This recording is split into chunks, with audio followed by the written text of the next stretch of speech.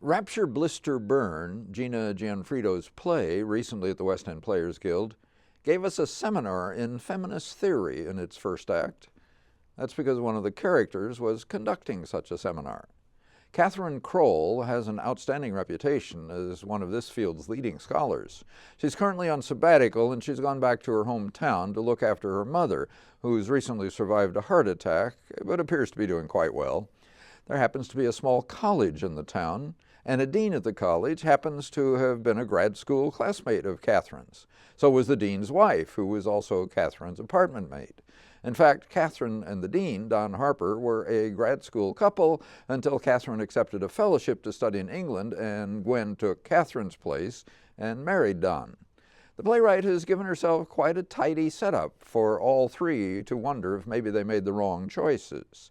Catherine's success in academe stirs twinges of regret in Gwen for giving up her studies in exchange for a husband and children.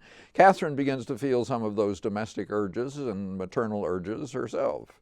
And Don still looks pretty good to Catherine, as does Catherine to Don. Don asked Catherine to teach a seminar in feminist history and theory during the summer session.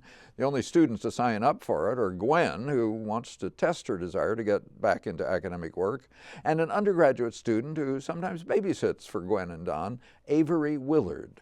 That's how we get the seminar in feminist theory in the first act. In the dramatically more interesting second act, those theories get played out in a real-life soap opera. Catherine and Don resume their grad school affair. Catherine now wants to take Gwen's place, as Gwen had once taken hers. But playwright Gianfrido loads the dice. Don enjoys the fling, but he doesn't really want to change things. He's not up to the intellectual challenges Catherine represents. He hasn't kept up scholarly work in the field. He hasn't even read Catherine's books. He's just hanging on until the senior dean retires and Don can take his place and his higher salary. And Gwen, jealous of what's happening between Don and Catherine, knows she doesn't want to pursue feminist studies, and she doesn't want to lose Don and their happy, or at least generally satisfactory, home. The play would be more interesting if Don were more interesting, and if he and Gwen really gave serious consideration to alternatives and explored them in dramatic confrontations.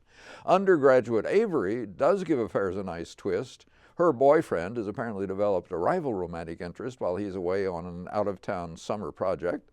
As Avery grapples with this, she's the one who's giving mature advice on how to handle men to her professor, Catherine.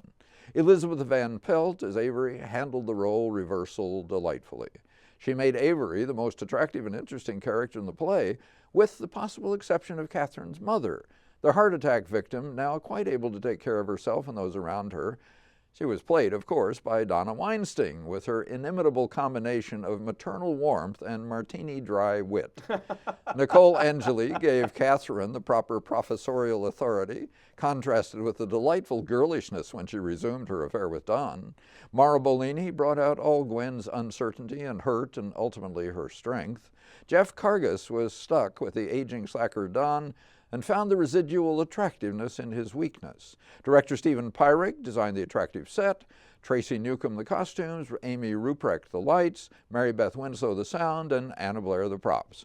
All did fine work. I wish Gina Gianfrido had given them more to work with in Rapture, Blister, Burn. I agree, and I wish I'd said that line about maternal and martini. Thank you.